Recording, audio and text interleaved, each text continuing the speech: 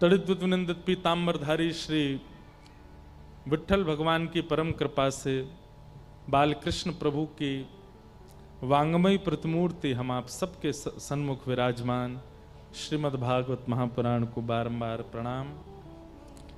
मंच पर विराजमान समस्त विप्रवृंद, समस्त गंधर्वजन और भुसावल महाराष्ट्र एवं आसपास के क्षेत्रों से जो भी श्रोता भाई बंधु मातृशक्ति यहाँ सब विराज रहे हैं, बालक मित्र सखा सब श्रोताओं को जय श्री कृष्ण। जय श्री कृष्ण।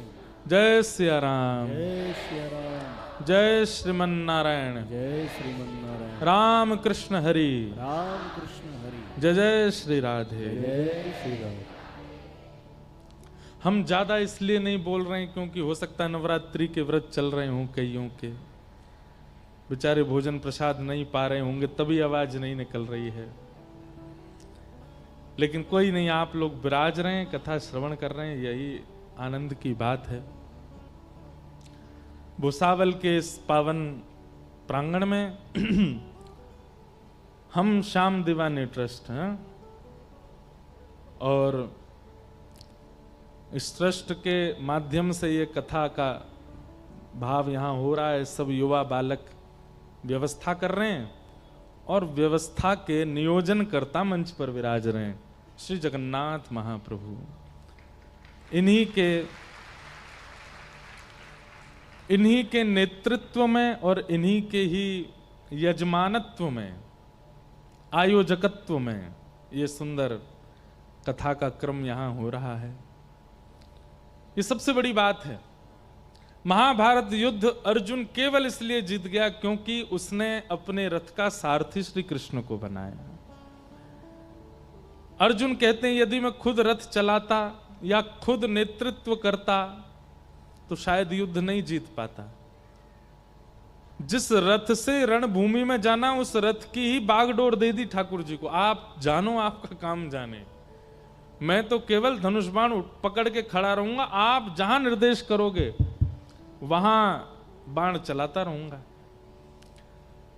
अपने ऊपर जिम्मेवारी लेना ठीक है, आप लोग इतने बुद्धिमान हैं, इतने शुद्धि हैं, इतने श्रेष्ठ हैं कि आप अपनी क्रिया स्वयं कर सकते हैं, अच्छी बात है।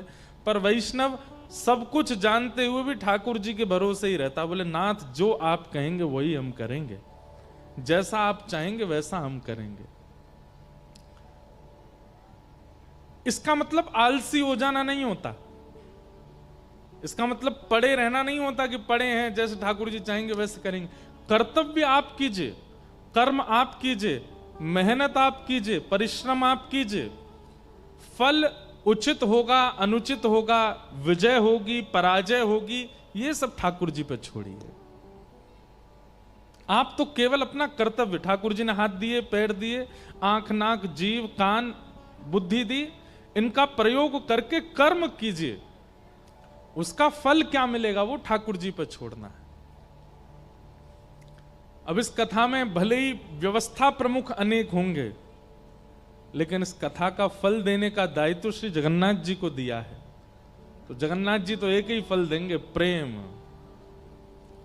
जितने भुसावल के लोग कथा में आ रहे हैं सब प्रेमी हो जाएं।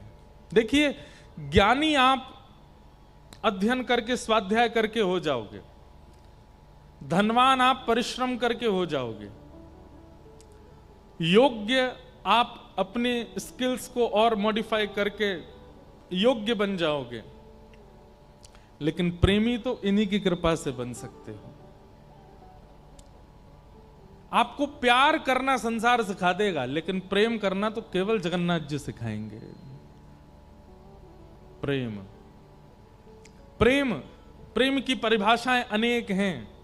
9 साल से तो मैं कह रहा हूं मंच से, पिछले 50 वर्षों से हमारे पूज्य पिताजी कह रहे हैं,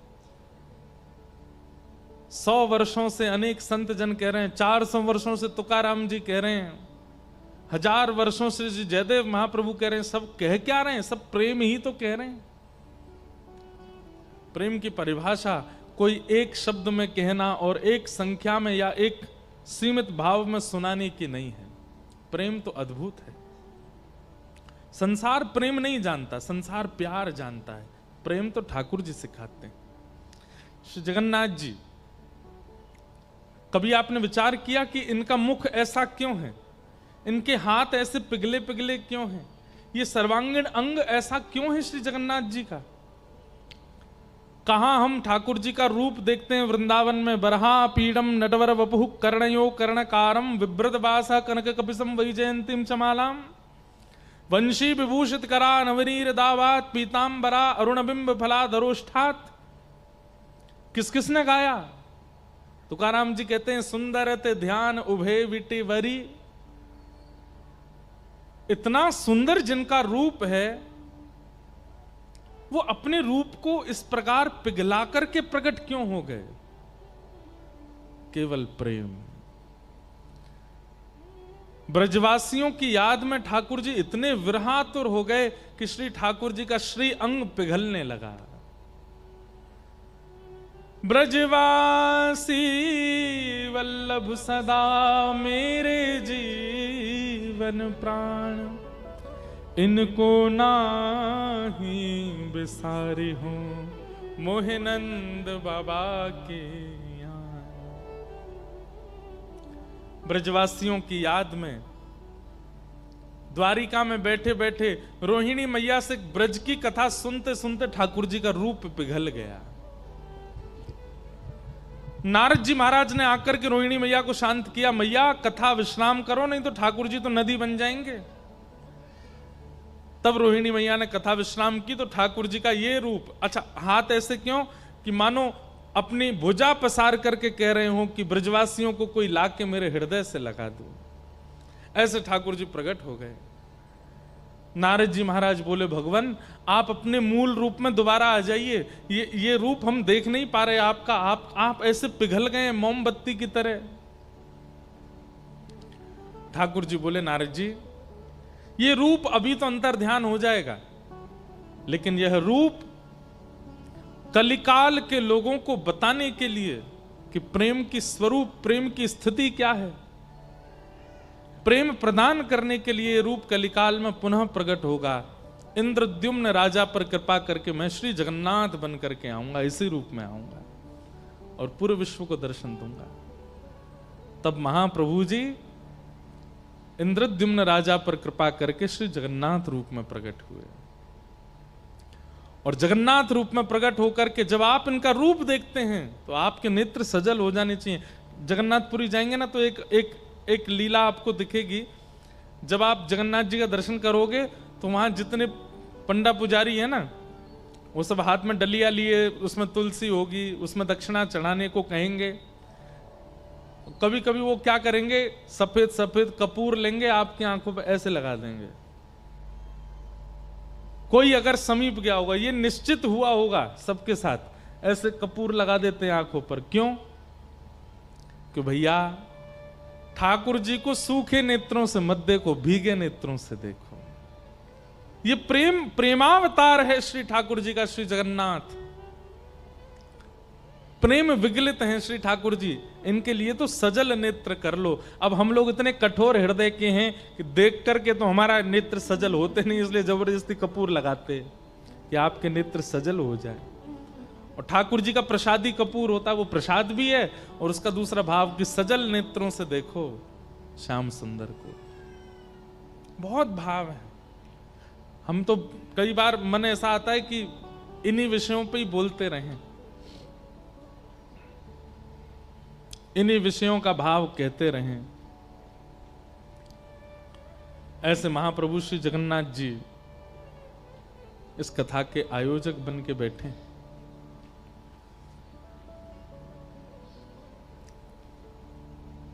श्रुत कमला कुच मंडल धृत कुंडल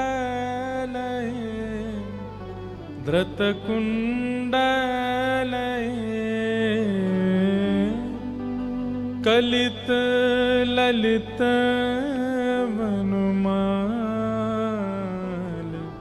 जय जय हरे कलित ललित वनमाल जय जय देव हरि। राधे कृष्ण हरि गोविंद गोपाला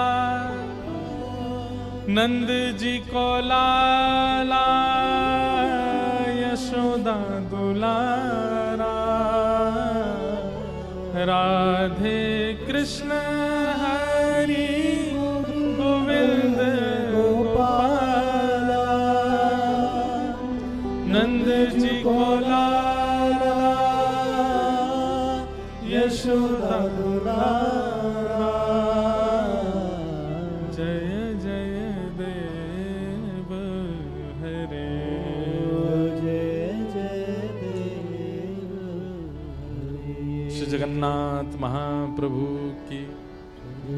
अब नित्य कथा में पंडरीनाथ जी तो याद आएंगे ही क्योंकि महाराष्ट्र में है, परंतु अब हर रोज कथा श्री जगन्नाथ जी को याद करके ही प्रारंभ किया करेंगे। श्री जगन्नाथ जी के विषय में थोड़ी बात कह करके प्रारंभ में फिर कथा में प्रवेश करेंगे, क्योंकि भैया कथा के आयोजक हैं।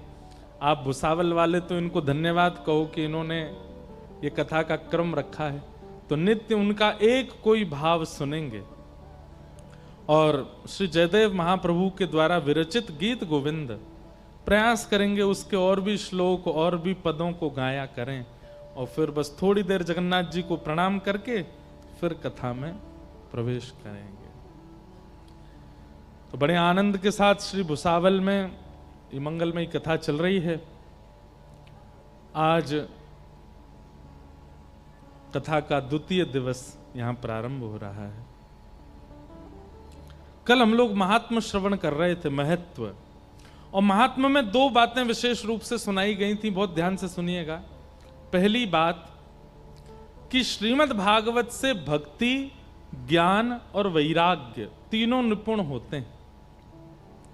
फिर हमने एक बात कही थी कि ज्ञान और वैराग्य हम लोगों के लिए आवश्यक क्यों है।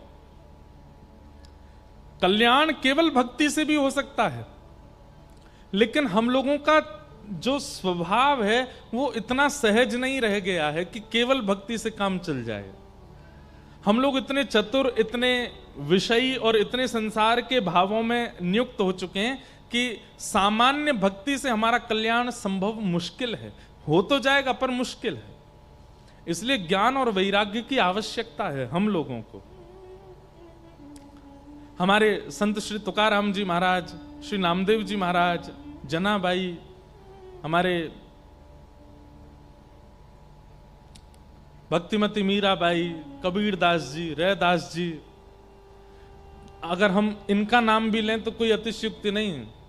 छत्रपति महाराज श्री शिवाजी महाराज, वह भी रणभूमि में तो क्रोध दिखाते ही थे, रणभूमि में युद्ध तो करते ही थे, रणभूमि में जाकर के उनका स्वरूप एक योद्धा का होता ही था। लेकिन वास्तविक रूप में अगर रणभूमि का कोई बात ना करे तो श्री शिवाजी महाराज भी बड़े सरल हृदय के थे, बड़े सहज हृदय के थे। हृदय में दया बहुत थी।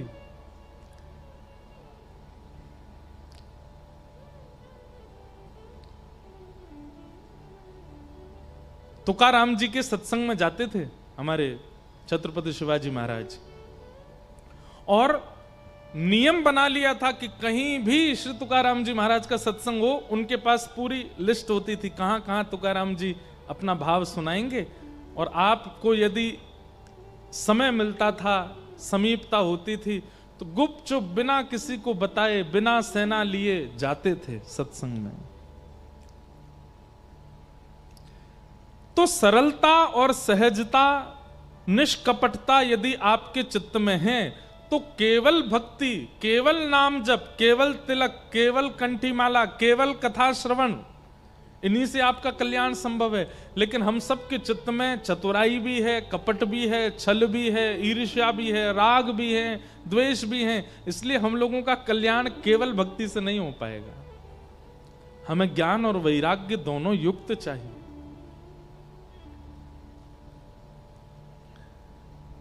और ज्ञान और वैराग्य युक्त भक्ति कौन प्रदान करता है? श्रीमद् भागवत। तो पहले हमने महात्म्य में ये बात सुनी, फिर दूसरी हमने सुनी कि कहां एक आत्मदेव नाम के ब्राह्मण की संतान नहीं थी, और जब पत्नी ने सहेली के बालक को ही गोद ले लिया और उसी बालक को अपना बता करके पति को दिया, उसका नाम रखा धुंधुकारी, जो कि बड़ा दुष्ट था। सारे व्यभिचार उसने किए और बड़ा होकर के फिर जब माता पिता पर ही कुठारा घाट करने लगा, माता पिता घर छोड़ के चले गए। बंधुओं, एक बात हम कहें आपसे, आप ऐसी भूमि पर रहते हैं महाराष्ट्र में जिसने ये सिद्ध कर दिया, कोई साधन ना करे, कोई साधना ना करे, कोई तप ना करे, कोई नियम ना करे, केवल नित्य अपने माता पिता को प्रणाम करे तो उसके लिए भगवान विट्ठल प्रकट हो जाते हैं। ये इतनो हमारे ब्रज को प्यारो ठाकुर आपके यहां बैठो है, ब्रजभाषा समझेंगे ना, हमारे ब्रज को इतनो प्यारो ठाकुर आपके महाराष्ट्र में बैठो है और ऐसे करके बैठो है। एक अद्भुती छवि है ठाकुर जी की। किस तप ने, किस यज्ञ ने प्रकट कर दिया इनको? कोई तप नहीं किया गया, कोई यज्ञ नहीं किया गया। पंढरपुर क्षेत्र, उस क्षेत्र में ज्यादा लोग जाते ही नहीं थे, क्योंकि ना वहां पर ज्यादा अनाज हो पाता था, ना ज्यादा कोई व्यवस्थाएं ऐसी थी। वर्षा का भी, ऋतु का भी बहुत विशेष वहां पर कोई व्यवस्था नहीं थी। कल हम लोग सुन रहे थे दामाजी पंत के समय, तो वहां पर कितनी भुखमरी हो गई थी। ऐसी चंद्रभागा के तट पर केवल एक बालक के द्वारा मातृपितृ सेवा, अपने माता पिता की सेवा इतनी भागई हमारे ब्रज के नाथ को, किसी ठाकुर जी विट्ठल बन के प्रकट हो गए। ये सिद्ध आपके महाराष्ट्र की भूमि ने कर दिया कि हिमालय ही भगवत प्राप्ति नहीं कराता है, गंगा स्नान ही भगवत प्राप्ति नहीं कराता, यज्ञ हवन होम ही भगवत प्राप्ति नहीं कराते, पंचाग्नि तापने से ही भगवत प्राप्ति नहीं होती। हमारे महाराष्ट्र के पुंडलीक ने केवल माता पिता की सेवा करके भगवत प्राप्ति कर ली। तो भैया, हमारी आजकल के बालकों से एक निवेदन है, जितने युवा यहां बैठे हैं और जो सुन रहे हैं, एक बार को एक माला कम हो जाएगी तो चलेगा, एक बार को तिलक यदि परिपूर्ण नहीं लगा तो भी चलेगा, एक बार को नगर में कथा हो रही है और एक दिन की छूट जाए तो चलेगा, लेकिन एक दिन भी माता पिता के चरण वंदन को मत छोड़िए। नित्य प्रणाम कीजिए, नित्य वंदना करो। माता पिता के चरण वंदन से ठाकुर जी प्रकट हो गए। अच्छा, इसमें एक बात और है, कई बालकों की मेरे पास में पर्चियां आती हैं, मंच पर भी कई बालक भेज देते हैं, महाराज जी हमारे पिताजी का ऐसा स्वभाव है, वो तो ऐसा खाते हैं, ऐसा पीते हैं, ऐसा व्यवहार करते हैं, माँ के लिए नहीं आता, माँ होती नहीं ऐसी, पिता ही कभी कभी थोड़े से ऊधमी हो जाते हैं कई घरों में। तो हम उस पक्ष में पिताओं को तो अलग निर्देश देते हैं कि भाई पिता थोड़े से, एक बात सुनिएगा, पत्नी की दृष्टि में कभी आपकी इज्जत कम हो जाए चलेगा, माता पिता की दृष्टि में आपकी इज्जत कम हो जाए वह भी चलेगा, परिवार के लोगों में आपकी इज्जत कम हो जाए चलेगा, लेकिन बालकों की नजरों में अगर आपकी इज्जत कम होती है, यह आपका सबसे बड़ा दुर्भाग्य है कि आपसे जन्म लेने वाली आपकी संतान वो आपका सम्मान नहीं कर पा रही, क्योंकि आपका खान पान, व्यवहार, बोली चाली इतनी पवित्र नहीं है। तो इस पर ध्यान देना चाहिए एक पिता को, एक परिवार के सदस्य को, कि कम से कम बालकों के सामने तो हम ऐसा कुछ ना करें कि कल को बालक ये कहें कि भाई हम उनके पुत्र हैं। लेकिन बालकों को चाहिए, भले ही दोष हैं उनमें, आप फिर भी प्रणाम करो, आप फिर भी वंदन करो, फिर भी उनको भजो। कई बालक कहते हैं हमारी माँ के ऊपर उनका दुराचार रहता है, अत्याचार करते हैं, ऐसे भी कई पिता हैं दुर्भाग्यवश। ठाकुर जी से प्रार्थना करो, पीड़ा तो नहीं सहनी है, ना मां को सहने देनी है, लेकिन फिर भी ठाकुर जी से प्रार्थना करो कि हे ठाकुर जी, हम भले ही इनको छोड़ के जा रहे हैं, लेकिन आप कृपा करना कि ये मंगल हो जाए, इनका व्यवहार मंगल हो जाए। और इसमें प्रमाण केवल हमको श्री प्रहलाद जी याद आते हैं कि प्रहलाद जी ने अपने पिता का त्याग नहीं किया अंतिम समय तक। हिरण्यकश्यप ने कितने उपाय नहीं किए प्रहलाद जी को मारने के लिए, लेकिन प्रहलाद जी ने त्याग नहीं किया कि हिरण्यकश्यप का जब वध कर दिया तो नृसिंह भगवान प्रहलाद जी से कहते हैं कुछ मांगो। प्रहलाद जी कुछ नहीं मांगते। जब पूरी लीला समाप्त होने लगी, ठाकुर जी अपने धाम को जाने लगे, तब अंत में प्रहलाद जी कहते हैं भगवान एक बात मांगनी है। क्या? भले ही इनका खान पान शुद्ध नहीं था, भले ही इनकी विचारधारा शुद्ध नहीं थी, भले ही इनकी बोली शुद्ध नहीं थी, भले ही इनका आचरण शुद्ध नहीं था, पर ये मेरे पिता थे। अगर इन्होंने कृपा ना की होती तो मैं धरती पर नहीं आता नाथ। बस एक वरदान दे दीजिए जाते जाते। क्या? मेरे पिता को सदा अपने चरणों में वास दीजिएगा, इन पर आप कल्याण कीजिएगा, ये मेरे पिता हैं। और प्रहलाद जी ऐसा कह के रोने लगे अपने पिता के चरणों में प्रणाम करके कि मेरे पिता हैं। ये दृश्य देख के नृसिंह भगवान के नेत्र सजल हो गए कि पिता ने क्या नहीं किया प्रहलाद को मारने के लिए। पर्वत से फेंक दिया, विषैले सर्पों के बीच में डाल दिया, कठोर दांत वाले हाथियों के बीच में छोड़ दिया, भुआ के साथ चिता बनाकर के जलने को छोड़ दिया। इतने अत्याचार हम पे हो गए होते तो क्या करते हम?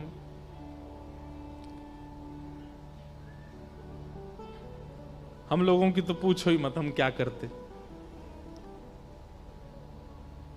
और आज के समय में अगर प्रहलाद जी होते तो कितने लोग प्रहलाद जी की एक नई पार्टी बना दी होती, प्रहलाद जी को ले जा करके और एक मोर्चा खड़ा कर दिया होता। लोग निकल करके आ जाते गलियों में, मोहल्लों में, और महाराज जय जयकार हो रही, नारेबाजी हो रही होती, प्रहलाद जी के पोस्टर लग जाते बड़े बड़े, बड़ी बड़ी पार्टी वाले आ जाते, हमारे यहां से इलेक्शन लड़ लो आप, इतने सारे आपके फॉलोअर। मोर्चा क्या है?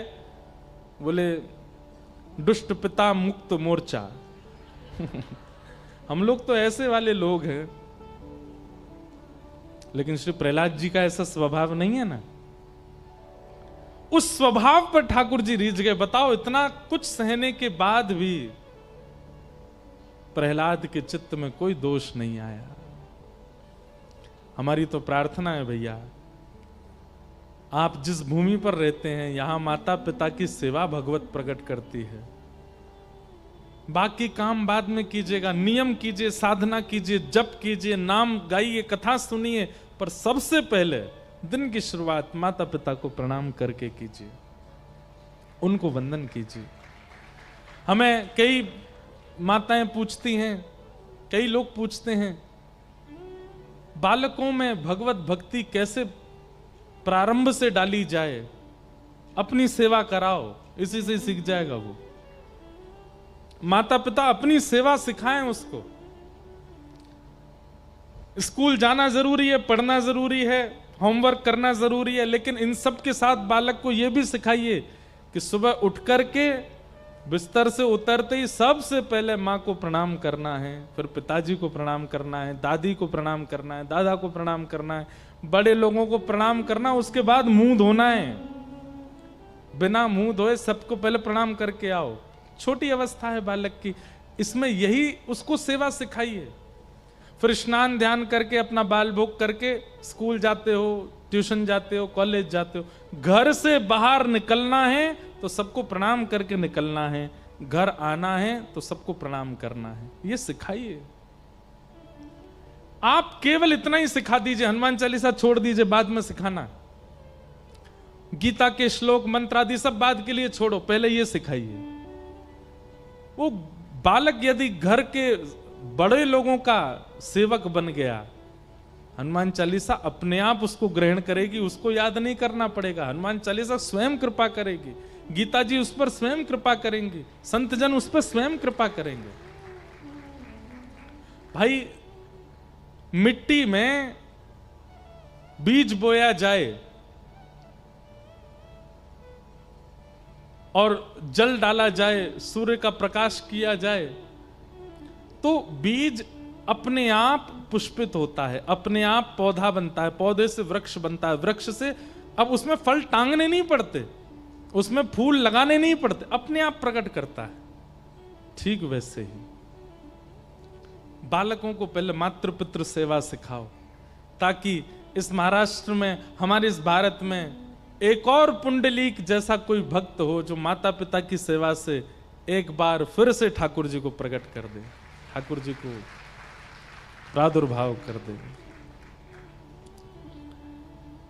तो ऐसी भूमि है महाराष्ट्र की। तो कल हम इस प्रकार महात्मा सुन रहे थे, प्रेत बन गया, धुंधुकारी माता पिता पर दोष बुद्धि रखता था, जिसके कारण प्रेत बनना पड़ा। भागवत की कथा से प्रेत योनि से मुक्त हुआ।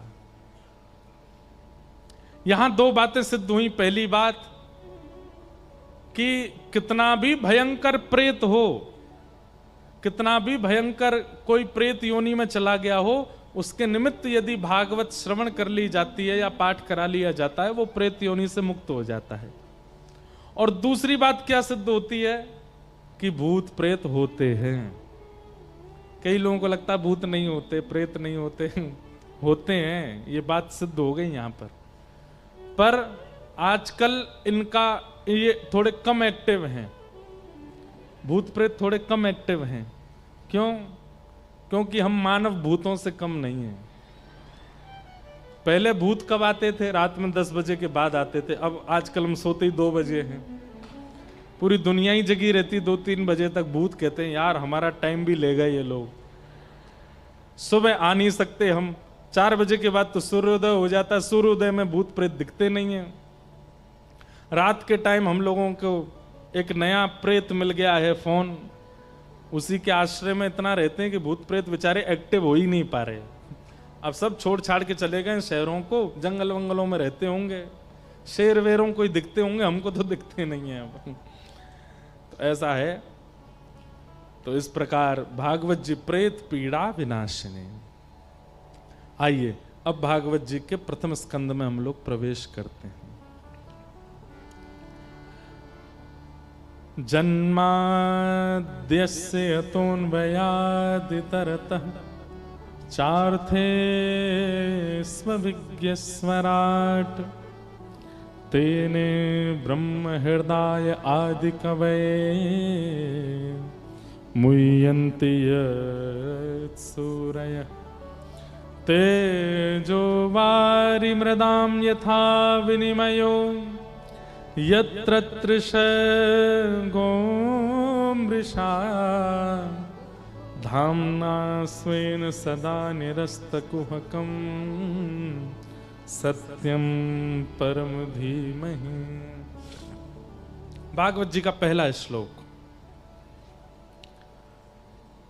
जो परमात्मा जन्म और मृत्यु के चक्र से परे हैं, बल्कि जिनके हाथ में जन्म मृत्यु का चक्र होता है। चार्थे स्वविज्ञ स्वराट, जो अविज्ञ हैं, अनविज्ञ नहीं है, सब जानते हैं, उनको सब पता है, उनसे कुछ छुपा नहीं है। तेने ब्रह्म हृदय आदि कवे मुह्यन्ति यत्सूरयः, जो आदि कवि ब्रह्मा आदि जैसे देवताओं को भी अपनी लीला पर मोहित कर लेते हैं, जिनके अधीन सब देवता रहते हैं। पृथ्वी, जल, अग्नि, वायु, आकाश, ये पंच तत्व जिनकी भ्रगुटी टेढ़ी करने पर लीला करती है। धामना स्वेन सदा निरस्तकुहकं सत्यम परम धीमहि।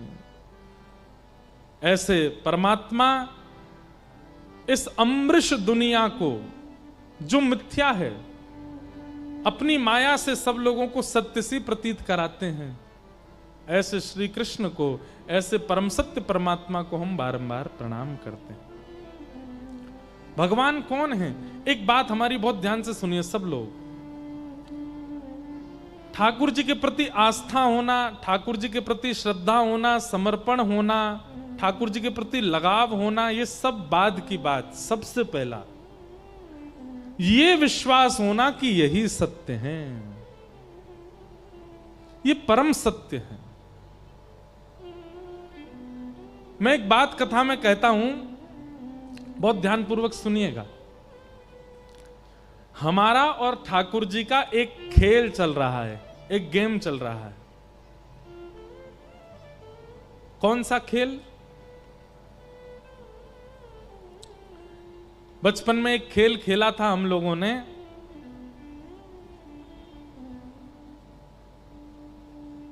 अंग्रेजी में उसमें ऐसे बोलते थे स्टैचू। एक बालक कोई 10 तक गिनती गिनता था, 1 2 3 4 10 जैसे ही होते थे, और पीछे मुड़ के देखता तो 5-6 बालक जो हैं वो अलग अलग मुद्राएं धारण कर लेते थे। और फिर वो जो बालक गिनती गिन रहा था उसका टास्क क्या होता है? जितने मूर्ति बन के खड़े हैं इनको बिना छुए अपनी बातों से, अपनी क्रिया से, अपनी हरकतों से इनको हंसा के दिखाओ, इनको बुलवा के दिखाओ, इनके हाथ पैर हिला के दिखाओ। और जो जो हिलता जाता था वो आउट होते जाते थे। एक बात कह दें, अन्यथा मत लीजिएगा, इस खेल में हम लोग हार रहे हैं, ठाकुर जी जीत रहे हैं, क्योंकि ठाकुर जी आउट हो ही नहीं रहे हैं, ऐसे ही खड़े हैं पिछले 500 साल से। नाथ द्वार चले जाओ, वहां पे ऐसे ही खड़े हैं। हम सबके घरों में ऐसे ही बैठे हैं, वृंदावन में ऐसे ही खड़े हैं। हम लोगों अपनी भक्ति से, अपने प्रेम से, अपने भाव से, अपनी स्थिति से हिला ही नहीं पाए उनको, वो अभी तक स्थिर ही खड़े हैं। हमें चिंता होनी चाहिए इस बात की कि नाथ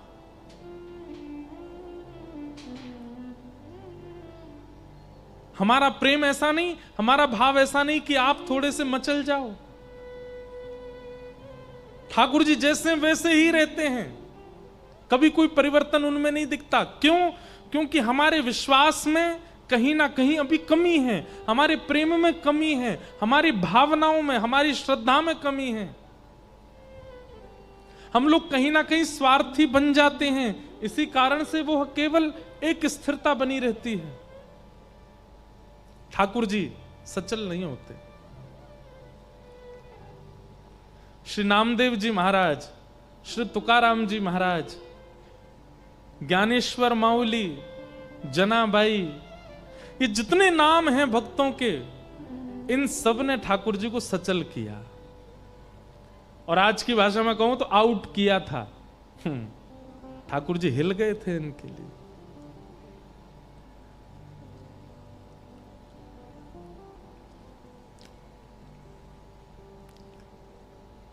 संत श्री तुकाराम जी महाराज, नामदेव जी महाराज अद्भुत संत हुए महाराष्ट्र में।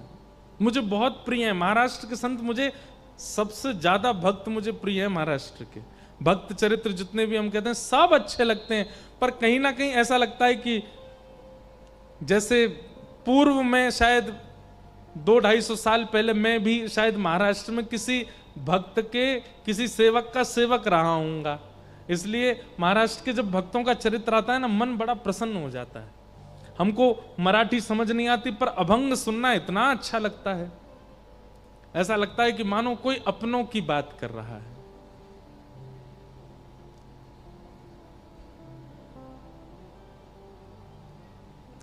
नामदेव जी महाराज एक दिन कीर्तन कर रहे थे, और मंदिर में विराजमान श्री पंडरीनाथ भगवान ठाड़े थे, सबको दर्शन दे रहे थे। और दर्शन देते देते श्री ठाकुर जी इतने व्याकुल हो गए कि पीछे खड़ी हुई रुक्मणी जी से कहने लगे, बोले रुक्मणी जी, बोले हाँ जी बताओ, हमसे रुका नहीं जा रहा है। बोले क्यों नहीं रुका जा रहा, मतलब?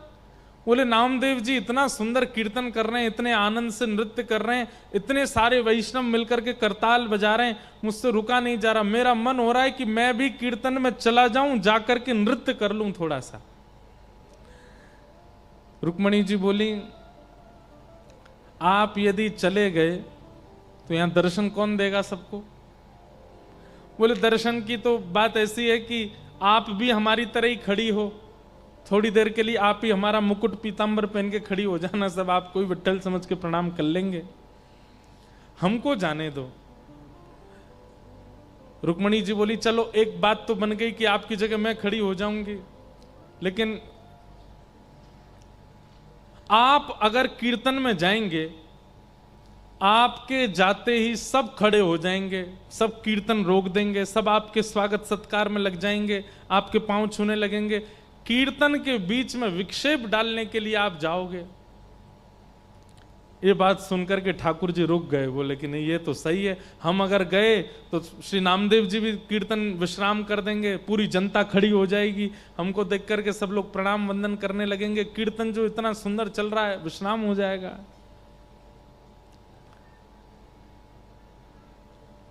रुक्मणी जी ने जैसे ही देखा कि श्री पंडरीनाथ भगवान थोड़े से मुख मुरझा गया कि कीर्तन में हम नहीं जा पा रहे, हम इस बात को इसलिए बता रहे हैं कि नामदेव जी के शब्द में इतना इतना प्रेम था कि मंदिर में बैठे ठाकुर जी व्याकुल हो रहे थे।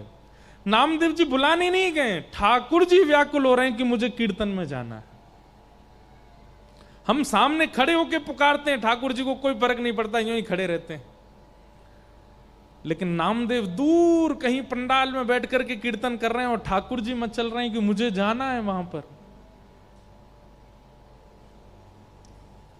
रुक्मणी जी ने जैसे देखा ठाकुर जी का मुख मुरझा गया, तो रुक्मणी जी बोली एक काम कीजिए। बोले क्या? ये आप काली कमली ओढ़ते हैं ना, इसी को सॉल बना करके और ढक करके अपने आप को और आप चले जाओ कीर्तन में। लेकिन सुनिए, क्या पीछे ही खड़े रहिएगा, कहीं आगे मत जाइएगा, एकांत में बिल्कुल जहां कोई ना हो वहां खड़े होकर के कीर्तन सुन लीजिएगा, थोड़ा आनंद लेके आप आ जाओ। ठाकुर जी बोले ये बढ़िया युक्ति बताई। ठाकुर जी ने तुरंत सॉल ओढ़ी और पूरा अपना सर्वांगीण अंग ढक लिया, काली सॉल और कालो लाला, दिखाई तो दे में नहीं लेकिन ठाकुर जी की पहचान तो चाल से ही हो जाती है, उनकी चाल ही ऐसी मदमस्त है कि कोई ना पहचाने। लेकिन फिर भी ठाकुर जी को यह था कि विक्षेप नहीं हो कीर्तन में, मैं पीछे जाके खड़ा हो जाऊंगा।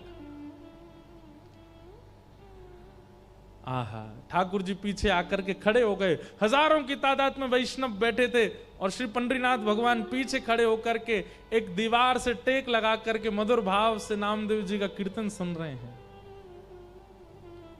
और सुनते सुनते सुनते सुनते जैसे जैसे कभी कभी श्रोताओं में उचंग आती है ना, ऐसी ठाकुर जी में उचंग आने लगी।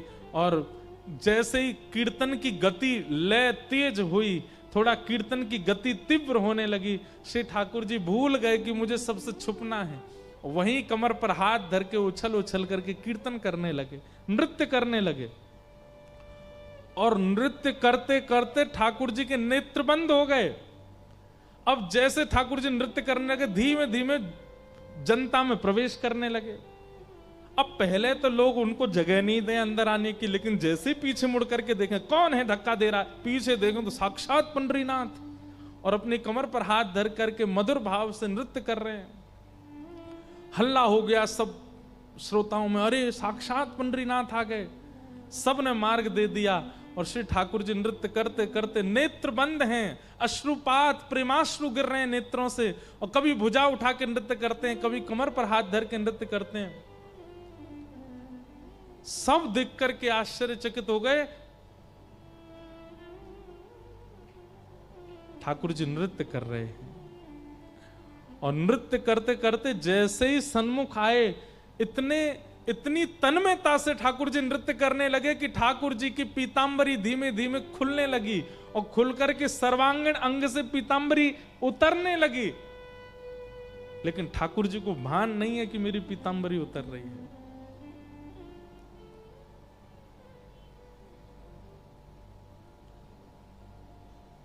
आहा, उस छवि को देख करके जितने वैष्णव थे सब आनंदित हो गए, सबके नेत्र सजल हो गए, सबने ठाकुर जी को प्रणाम किया, दंडवत किया। इतना प्रेम ठाकुर जी करते हैं एक वैष्णव वाणी से।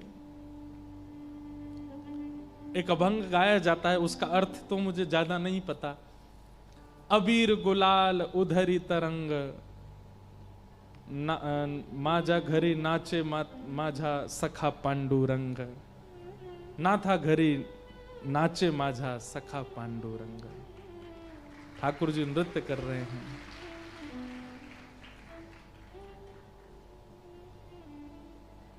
हम वैसे तो बहुत सौभाग्यशाली है कि हम ब्रज में जन्मे, पर कहीं हमारा जन्म महाराष्ट्र में हुआ होता ना तो हम सारे अभंग याद कर करके गाते, तो मराठी हमारी भाषा ही हो जाती ना फिर।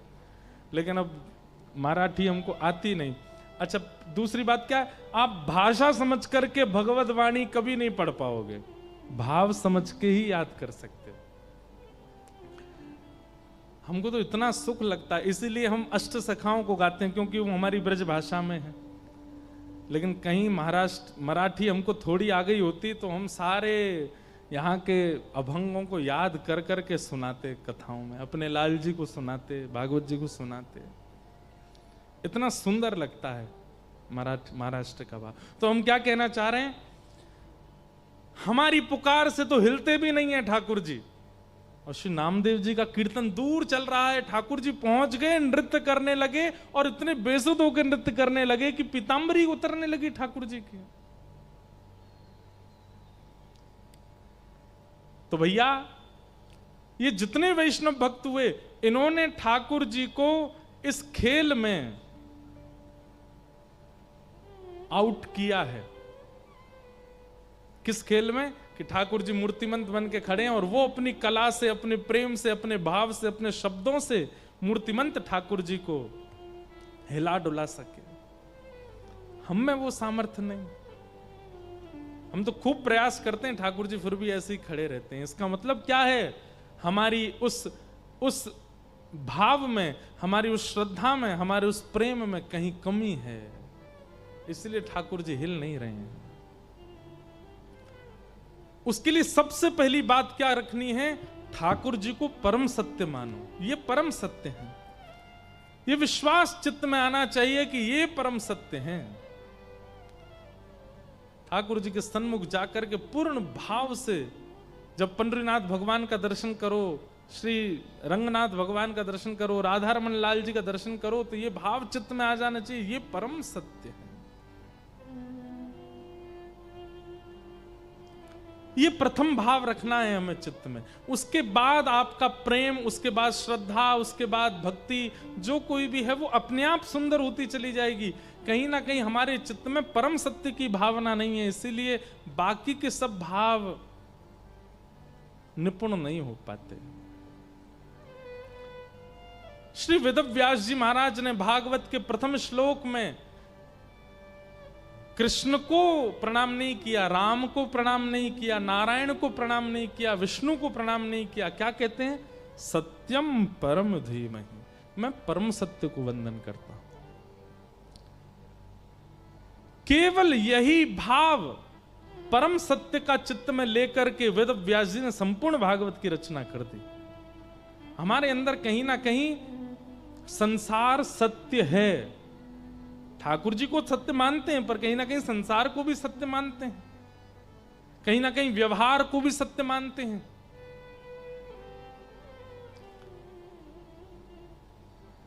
एक बार सुनिएगा, संत श्री तुकाराम जी महाराज, नाम सुना?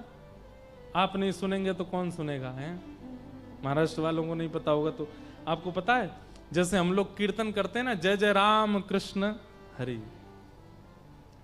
ऐसे एक कीर्तन और होता है, ज्ञानोबा तुकाराम, ज्ञानोबा तुकाराम, ज्ञानोबा तुकाराम। ये ज्ञानोबा तुकाराम कीर्तन क्यों होता है? एक बार श्री पंडरीनाथ भगवान को शयन करा करके पुजारी जी चले गए, और श्री पुजारी जी जैसे ही नेत्र बंद करके सोए तो उनको क्या दिखा कि ठाकुर जी को मंदिर में शयन करा के आए, कंबल उड़ा के आए, और पुजारी जी के सोते ही नेत्र में स्वप्न क्या आया? ठाकुर जी ने अपना कंबल हटा दिया और पांव में घुंघरू बांध करके, अपने पैरों में घुंघरू बांध करके और हाथ में करताल लेकर के श्री पंडरीनाथ भगवान नृत्य कर रहे हैं, गा रहे हैं। रुक्मणी जी बैठ करके मृदंग बजा रही हैं, ज्ञानोबा तुकाराम, ज्ञानोबा तुकाराम, ज्ञानोबा तुकाराम।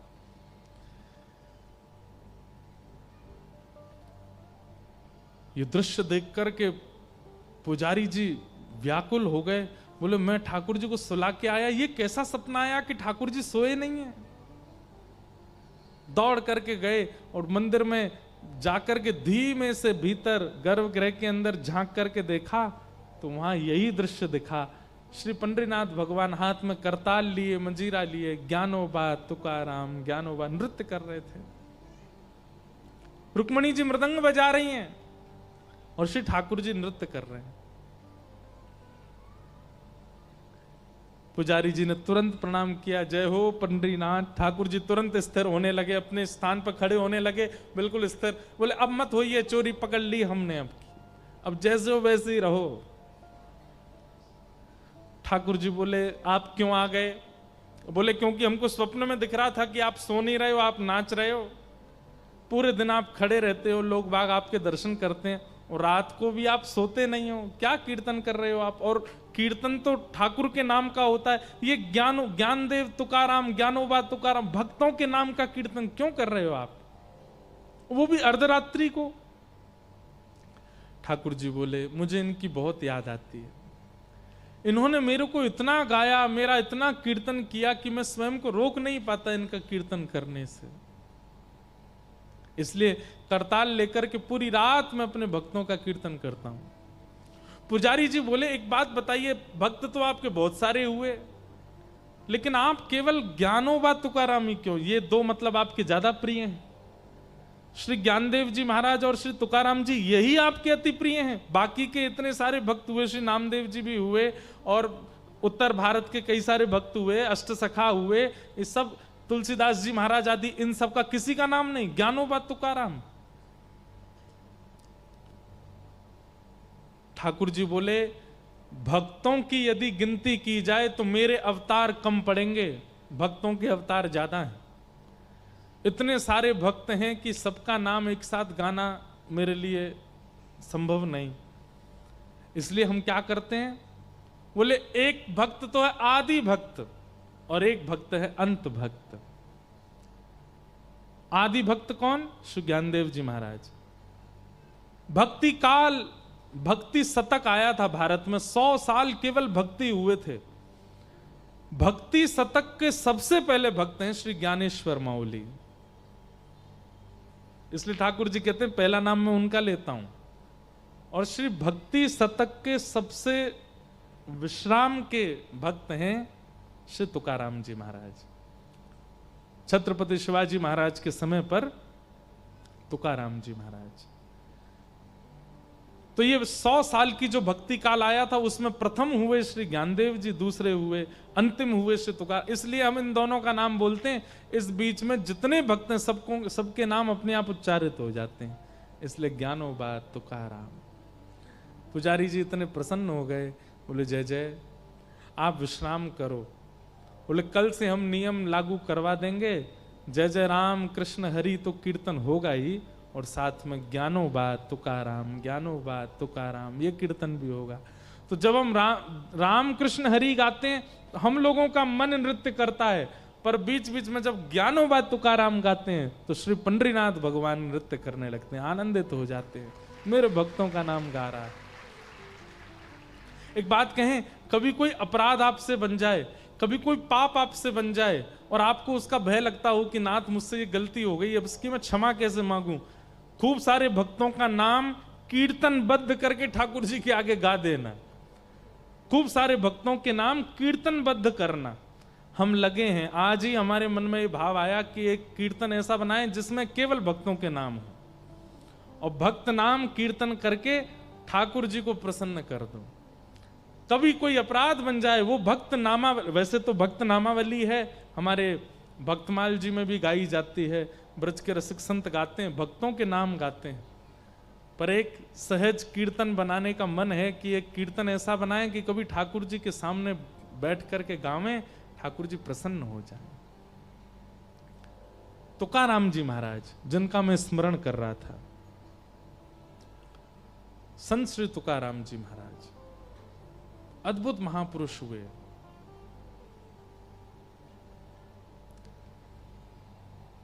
तुकाराम जी की पत्नी अनुकूल नहीं थी, कथा सबको पता है।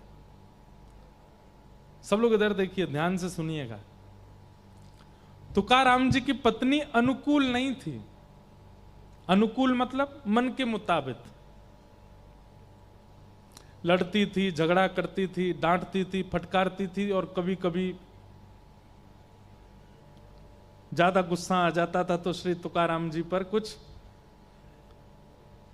फेंक फांक भी देती थी, मारती थी, ऐसा तो नहीं कहेंगे हम। लेकिन वो एक प्रसंग है, गन्ना वाला प्रसंग। श्री तुकाराम जी सारे गन्ने बांटे आए गांव में, एक गन्ना बचा बस। पत्नी ने कहा इतने सारे गन्ने लेके गए थे, कितना रुपया कमा के लाए? बोले रुपया कमाने के लिए तो लेके गए थे, पर बीच रास्ते में बच्चों ने मांग लिया गन्ना दे दो, तो हम तो मुफ्त में ही बांटे आए, एक ही बच्चा है। बालक कम पड़ गए, नहीं तो ये भी चला जाता। पत्नी को गुस्सा आया, गन्ना लेकर के तुकाराम जी की एक पीठ पर दिया, सो दो हो गए। तुकाराम जी हंसने लगे, वाह मेरी पत्नी कितनी बुद्धिमान है। क्यों? मैं सोच रहा था एक ही गन्ना है, घर में खाने वाले दो, कैसे खाएंगे? इसने मार के दो कर दिए, ले एक तू खा एक मैं खाऊंगा। तो उनकी पत्नी अनुकूल नहीं थी, लेकिन वो उसकी हर स्थिति को स्वीकार करते थे। तो एक बार एक गांव का एक बालक गया तुकाराम जी के पास, और उसने तुकाराम जी से जाकर के कहा कि महाराज मैं आपसे एक बात पूछना चाहता हूं। बोले क्या? पूरा गांव जानता है, देहू पुणे के पास स्थान है देहू, जहां तुकाराम जी महाराज रहते थे। बोले पूरा देहू जानता है, सब गांव के लोग जानते हैं कि आपकी पत्नी बिल्कुल अनुकूल नहीं है आपके, उसका व्यवहार। अच्छा एक और बात है, श्री तुकाराम जी महाराज का ऐसा मैंने सुना भक्त चरित्र में कि उनका पहले ब्याह हुआ था, एक बेटा भी था, पर अकाल की वजह से पत्नी और बेटा दोनों की मृत्यु हो गई। फिर उसके बाद तुकाराम जी बिल्कुल सन्यासी महात्मा हो गए, लेकिन फिर किसी कारण से उनका फिर ब्याह किया गया। तो फिर जब पत्नी दूसरी आई, वो बड़ी तेज थी, बहुत शासन करती थी। तो उस बालक ने कहा पूरा गांव जानता है, पूरा देहू जानता है कि आपकी पत्नी बिल्कुल अनुकूल नहीं है, लेकिन फिर भी आप इतने प्रसन्न दिखते हैं। आप जब अपने घर से निकलते हैं तो हजारों लोग आपके दर्शन के लिए खड़े रहते हैं। अरे कहां तक कहें, भारत के सम्राट छत्रपति शिवाजी महाराज, वो आपके यहां जगह जगह जब आपका कीर्तन होता है तो पहुंचते हैं, और ससम्मान आपका इतना आदर करते हैं, इतना सम्मान करते हैं। सब आपकी इतनी सम्मान करते हैं, पर बात तो सत्य है कि जग सम्मान करता हो, घर का अत्यंत समीप व्यक्ति यदि इतना इतना शासन करता हो, इतना गंदा बोलता हो, मन प्रसन्न कैसे रह सकता है? आप सबसे ज्यादा समय अपनी पत्नी के साथ व्यतीत करते हैं और वो बिल्कुल आपका सम्मान नहीं करती। मैं बस आपसे यह जानना चाहता हूं, इस प्रसन्नता का राज क्या है? आपको चिंता नहीं होती, आपका मन व्याकुल नहीं होता, आपको पीड़ा नहीं होती चित्त में, आप इतने प्रसन्न रह कैसे लेते हो? कृपा करके मुझे अपनी इस प्रसन्नता का राज बताइए।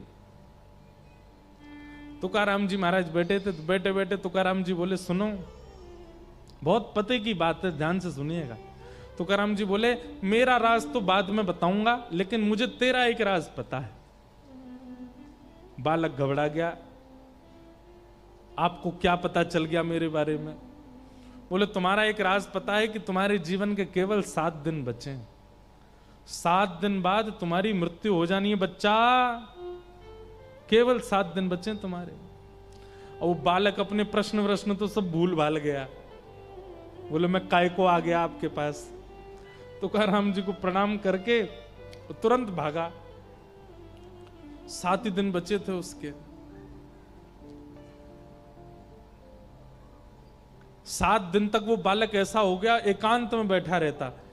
कोई आकर के उसकी बहुत प्रशंसा करता तो वो प्रसन्न नहीं होता था, कोई आकर के उसकी बहुत निंदा करता तो वो दुखी नहीं होता था, कोई आकर के उसका बहुत सम्मान करता था तो उसको पीड़ा नहीं होती थी, कोई उसका अपमान कर देता था तो वो सोचता था भाई जीवन के 7 ही दिन बचे, कर ले अपमान, तू भी क्या करेगा। 24 घंटा केवल राम कृष्ण हरि राम कृष्ण हरि राम कृष्ण हरि, जीवन के 7 दिन बचे, मैंने ये भी अपराध किया था, मैंने ये भी पाप किया था, मुझसे ये भी गलती हो गई थी, हे ठाकुर जी मुझे क्षमा कर देना, मेरे जीवन का बस 7 दिन बचे हैं, मुझे सदगति दे देना हे ठाकुर जी। एक संत तुकाराम जी जैसे संत जिनकी आज्ञा लेकर के छत्रपति शिवाजी रहते हैं, वो मुझसे झूठ तो बोलेंगे नहीं। मेरे जीवन के 7 दिन बचे हैं नाथ, मुझ पर कृपा करना। 7 दिन बीत गए, जैसे ही 7वां दिन प्रारंभ हुआ, सुबह स्नान ध्यान करके ठाकुर जी की सेवा करके, और दिन तो तिलक लगाता था पर आज तो वो पूर्ण रूपेण 12 तिलक आदि करके और बिल्कुल गया और जाकर के श्री तुकाराम जी महाराज के चरणों में प्रणाम किया। भगवान आज मेरे जीवन का अंतिम दिन है, 7वां दिन है, मेरी मृत्यु होने वाली है, आपने बताया था 7वें दिन मृत्यु होगी। तुकाराम जी बोले अच्छा बेटा, इन 7 दिनों में तुमने क्या किया? तीसरे दिन तुमने कौन सी सब्जी खाई थी? बालक बोला मुझे याद नहीं, माँ ने क्या बनाया था बस मैंने खा लिया। अच्छा तीसरे दिन की छोड़ो, कल रात्रि को तुमने क्या खाया था? बोले मुझे बिल्कुल याद नहीं है। अच्छा तुम्हारा किसी ने सम्मान किया था? बोले मुझे वो भी स्मृति में नहीं है, पता नहीं आए तो थे बहुत। किसी ने अपमान किया, किसी ने गलत गाली दी तुमको? बोले दी तो थी पर वो भी मुझको याद नहीं है। बोले क्यों याद नहीं है? बोले मैं केवल राम कृष्ण हरि राम कृष्ण हरि राम कृष्ण हरि जप रहा था, मन में ये सोच रहा था 7 ही दिन बचे हैं, किसी का अपमान लेकर के क्यों दुखी हूं, किसी का सम्मान लेकर के क्यों प्रसन्न हूं, क्या बनता है, नमक है कि नहीं, नींबू है कि नहीं, रोटी है कि नहीं, चावल बने हैं, क्या बना है, पूरन पोली बनी, जो मिलता था बस खा लेता था, मैंने ज्यादा चिंतन किया नहीं। तुकाराम जी बोले यही मेरे जीवन का राज है, मैं कुछ चिंतन नहीं करता, मैं हर दिन को अपना अंतिम मानता हूं, मुझे बस यही लगा रहता है कि मेरे कभी भी प्राण जा सकते हैं, किसी की निंदा लेकर के दुखी क्यों हूं, किसी की प्रशंसा लेकर के ज्यादा प्रसन्न क्यों हूं, मेरा हर दिन अंतिम है। मेरी पत्नी वो मेरे से बिल्कुल प्रतिकूल रहती है, उसकी चिंता लेकर के क्यों बोझ रखूं, वो घर में रोटी देती है तो खा लेता हूं, नहीं देती तो भी प्रसन्न रहता हूं, क्योंकि मुझे ये सब चीज मेरी चिंता का विषय है ही नहीं। मेरी चिंता का विषय तो एक है कि मेरे प्राण गए और कहीं मैंने पंडरीनाथ को नहीं देखा तो मैं प्राण कैसे त्यागूंगा। इसी चिंता में, इसी चिंतन में लगा रहता हूं। इसलिए मुझे संसार के किसी भी सम्मान से, अपमान से, आपत्तियों से, विपत्तियों से, अनुकूलता से, प्रतिकूलता से कोई फर्क नहीं पड़ता, मैं प्रसन्न रहता हूं। बालक चरणों में गिर गया, बोले वाह भगवान, प्रश्न पूछा था आपने तो प्रैक्टिकल दिखाया पूरा।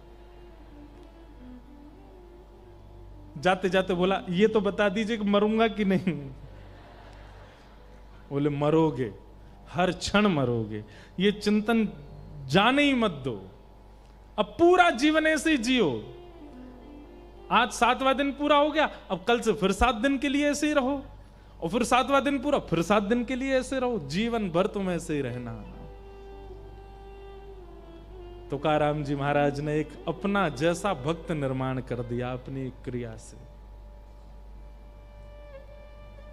ऐसे महापुरुष, सत्यम परम धीमहि। ठाकुर जी के प्रति जिनका परम सत्य स्थिति भाव होती है, ज्यादा विचलित नहीं होते। इसलिए ठाकुर जी के प्रति सबसे पहले जो निवेदन आपको करना है, उनके प्रति परम सत्य की भावना रखना कि ये परम सत्य हैं, बाकी सब मिथ्या है, यही परम सत्य है बस।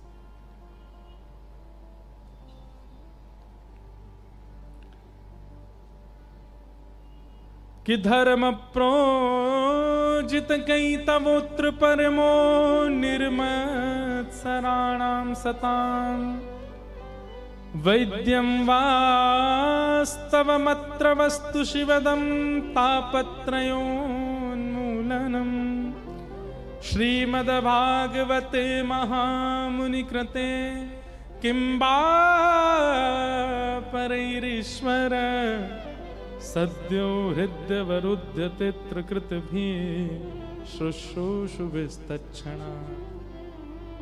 ठाकुर जी परम सत्य हैं, इसलिए मन में भाव आता है। जहाँ ले चलोगे वहीं मैं चलूँगा,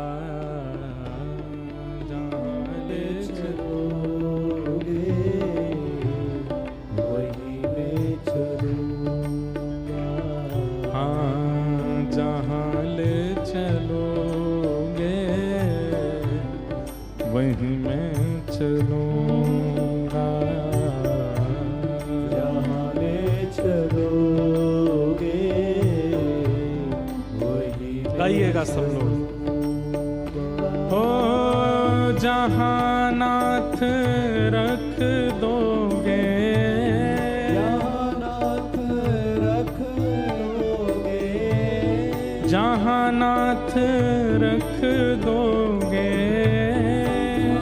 नाथ रख दोगे, ओ वहीं मैं रहूँगा, जहाँ ले चलोगे वहीं मैं रहूँगा। जहाँ ले चलोगे वहीं मैं चलूँगा, जहाँ ले चलोगे वहीं मैं चलूँगा, जहाँ ले चलोगे वहीं मैं चलूँगा। ओ ये जीवन समर्पित चरण में तुम्हारे, तुम ही मेरे सर्वस्व, तुम ही प्राण प्यारे। जीवन समर्पित गाइए। चरण में तुम्हारे, तुम ही मेरे सर्वस्व, तुम ही प्राण प्यारे। हाँ, ये जीवन समर्पित चरण में तुम्हारे, तुम ही मेरे सर्वस्व, तुम ही प्राण प्यारे। जीवन समर्पित चरण में तुम्हारे, तुम ही मेरे सर्वस्व, तुम ही प्राण प्यारे। ओ तुम्हें छोड़ कर नाथ, तुम्हें छोड़ कर नाथ, हाँ तुम्हें छोड़ कर नाथ, तुम्हें छोड़ कर नाथ, मैं किस से कहूँगा, जहाँ ले चलोगे वहीं मैं चलूँगा, जहाँ ले चलोगे वहीं मैं चलूँगा, जहाँ ले चलोगे वहीं मैं चलूँगा, जहाँ ले चलोगे वहीं मैं चलूँगा। ओ जहाँ नाथ रख दोगे, जहाँ नाथ रख दोगे, जहाँ नाथ रख दोगे, जहाँ नाथ रख दोगे, हाँ वहीं मैं रहूँगा, जहाँ ले चलोगे वहीं मैं चलूँगा, जहाँ ले चलोगे वहीं मैं चलूँगा। ओ तुम्हारे ही दिल है, तुम्हारी ही रातें, कृपा दृष्टि सब पर रहती तुम्हारी। तुम्हारे ही दिन हैं, ये रातें तुम्हारी, कृपा दृष्टि सब पर रहती तुम्हारी। हो तुम्हारे ही दिल हैं, ये रातें तुम्हारी, कृपा दृष्टि सब पर रहती तुम्हारी। तुम्हारे ही दिन हैं, ये रातें तुम्हारी, कृपा दृष्टि सब पे रहती तुम्हारी। सुख दो या गम जो भी, सुख दो या गम जो भी, सुख दो या गम जो भी, सुख दो या गम जो भी, मैं प्रेम से सहूं, जहाँ ले चलोगे वहीं मैं चलूं। जहाँ ले चलोगे वहीं ले चलूँगा। ओ जहाँ नाथ रख दोगे, जहाँ नाथ रख दोगे, जहाँ नाथ रख दोगे, जहाँ नाथ रख दोगे, ओ वहीं मैं रहूँगा, जहाँ ले चलोगे वहीं मैं चलूँगा। जहाँ ले चलोगे वहीं ले चलूँगा। श्री राधा रमण लाल की।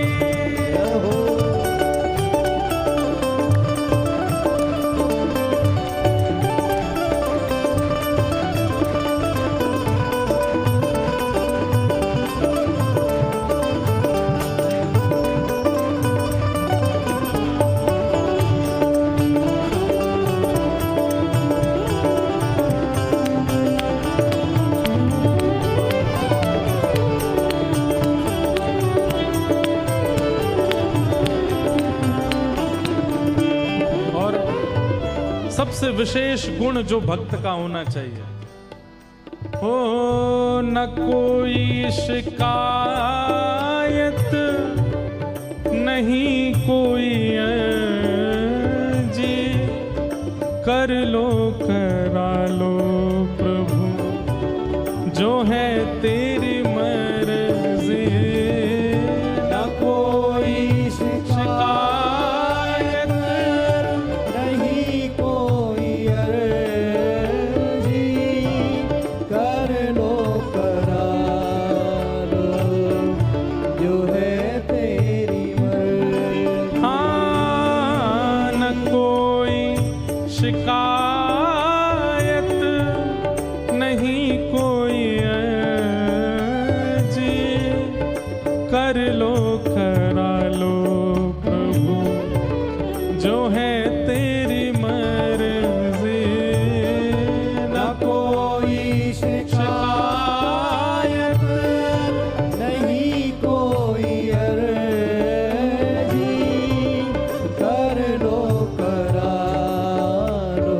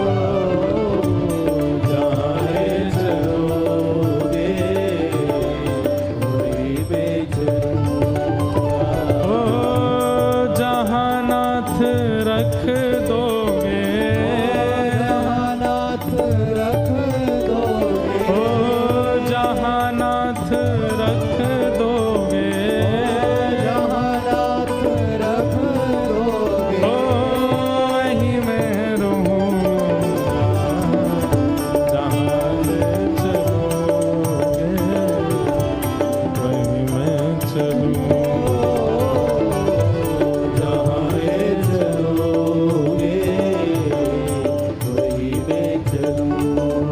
ओ जय जय राधा रमण प्यारो राधा रमण, जय राधा रमण प्यारो राधा रमण, जय जय राधा रमण प्यारो राधा रमण, जय राधा रमण प्यारो राधा रमण, ओ जय जय राधा रमण प्यारो राधा रमण, जय राधा रमण प्यारो राधा रमण, ओ जय जय राधा रमण प्यारो राधा रमण, जय राधा रमण प्यारो राधा रमण, ओ जय जय राधा रमण प्यारो राधा रमण, जय राधा रमण प्यारो राधा रमण, जय जय राधा रमण प्यारो राधा रमण, जय राधा रमण प्यारो राधा रमण, ओ जय जय राधा रमण प्यारो राधा रमण, जय राधा रमण प्यारो राधा रमण, ओ जय जय राधा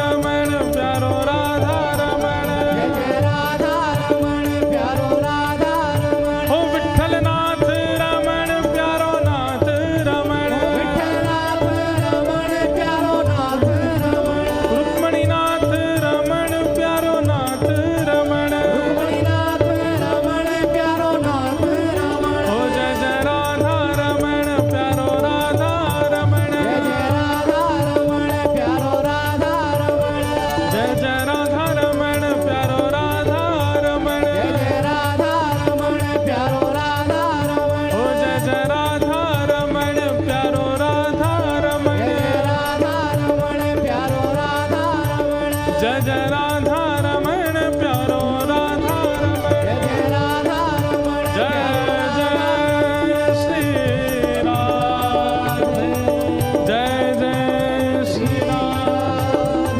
जय जय श्री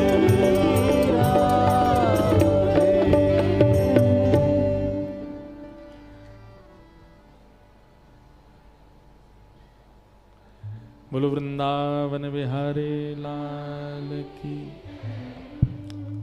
सत्य, परम सत्य की स्थिति ठाकुर जी के प्रति रखना, उनके लक्षण इस भजन में सब बताए गए हैं। परम सत्य की स्थिति कैसी होती है? न कोई शिकायत न कोई अर्जी, कर लो करा लो प्रभु जो है तेरी मर्जी। जिसके प्रति परम सत्य की स्थिति होती है उसके प्रति ऐसा ही भाव होता है। आप सब लोग ट्रेन में बैठते हो, बहुत ध्यान से सुनिएगा हमको। ट्रेन में बैठते हो, भुसावल से बैठे मुंबई तक जाना है। आपने लोको पायलट को देखा नहीं है जो ट्रेन चलाता है, लेकिन आप अपनी सीट पर जाकर के बढ़िया हाथ की तकिया लगाए सो जाते हो। कैसे?